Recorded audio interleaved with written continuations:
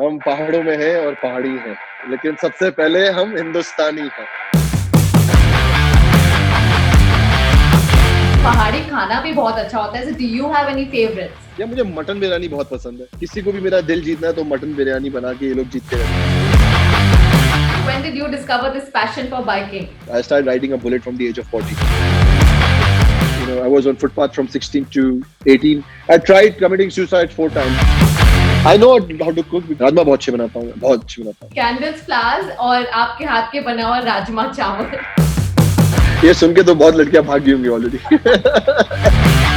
You can see मैं बहुत बड़ा खौआ हूँ।